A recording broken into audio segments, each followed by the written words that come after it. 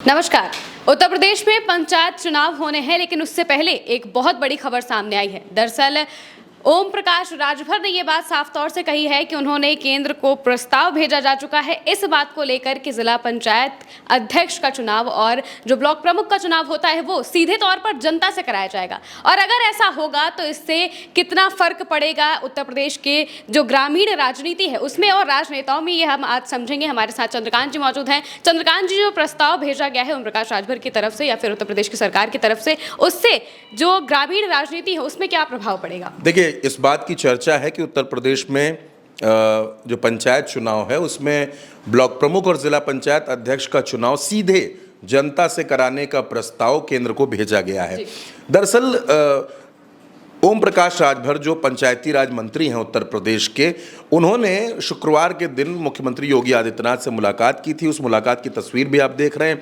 तो इस मुलाकात के बाद जब वो बाहर आए तो उनसे पत्रकारों ने पूछा, तो उनका ये कहना है कि उत्तर प्रदेश में मुख्यमंत्री जी भी यही चाहते हैं कि पंचायत चुनाव में ये जो प्रमुख और अध्यक्ष का चुनाव है ये सीधे जनता से कराया जाए, और जनता से कराया जाएगा तो पारदर्शिता बढ़ेगी और राजनीति अपने थोड़ा सिद्धांतों पर चलेगी। अब इसका प्रस्ताव केंद्र को भेजा गया है।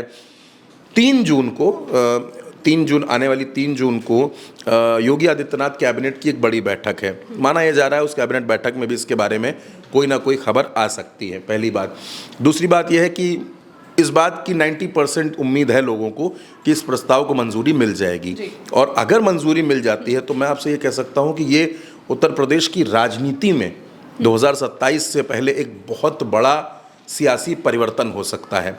होगा क्या इससे, इसको समझते हैं दर्शकों। दरअसल जब उत्तर प्रदेश में पंचायत चुनाव होते हैं या जैसे चुनाव का प्रोसेस शुरू होता है तो एक तो प्रधान का चुनाव होता है, जिला पंचायत सदस्यों का चुनाव होता है और क्षेत्र पंचायत सदस्यों का चुनाव होता है।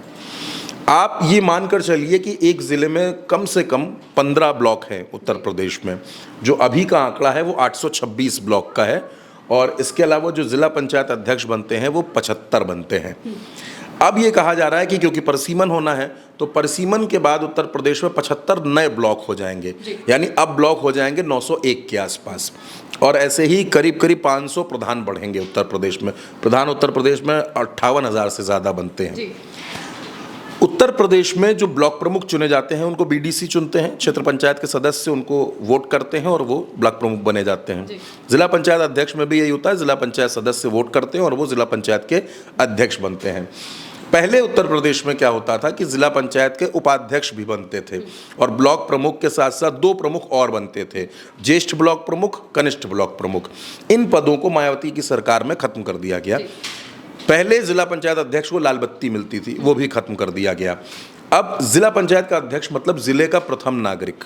जैसे राष्ट्रपति होते हैं देश के प्रथम नागरिक, वैसे ही जिला पंचायत अध्यक्ष जिले का प्रथम नागरिक होता है। बहुत महत्वपूर्ण पद होता है, मंत्री स्तर का दर्जा हुआ करता था एक वक्त में। लेकिन जिला पंचायतों के चुनाव में होने क्या लगा कि ये चुनाव ग्रामीण जनता से ज़्यादा सत्ता बल, धन बल और बाहुबल के चुनाव बन गए।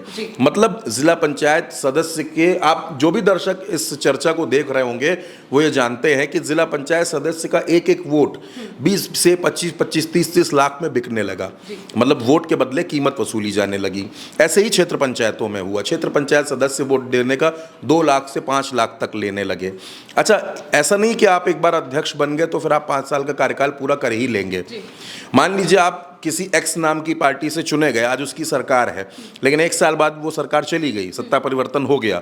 फिर जो नई पार्टी आएगी, नई सरकार आएगी, या तो आप उसकी शरण में चले जाइए, उसकी पार्टी में शामिल हो जाइए, वरना आपके खिलाफ फिर अविश्वास प्रस्ताव आएगा।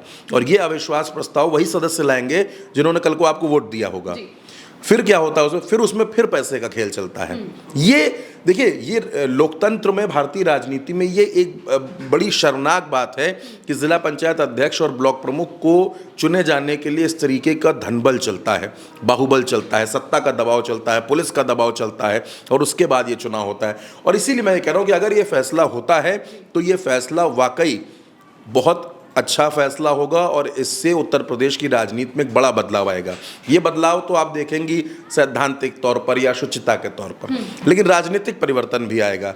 राजनीतिक परिवर्तन कुछ ऐसे आएगा कि अभी क्या है कि वो लोग ब्लॉक प्रमुख बनते हैं, वो लोग जिला पंचायत अध्यक्ष बनते हैं जो या तो सांसद विधायक के करीबी हैं या जिनकी ऊपर संगठन में ज़्यादा पकड़ है, जिनके पास पैसा ज़्यादा है, वो लोग बनते हैं। लेकिन जब ये पब्लिक से चुनाव होने लगेंगे ना, तो एक गांव का सामान्य आदमी भी ब्लॉक प्रमुख का चुनाव लड़ सकता है।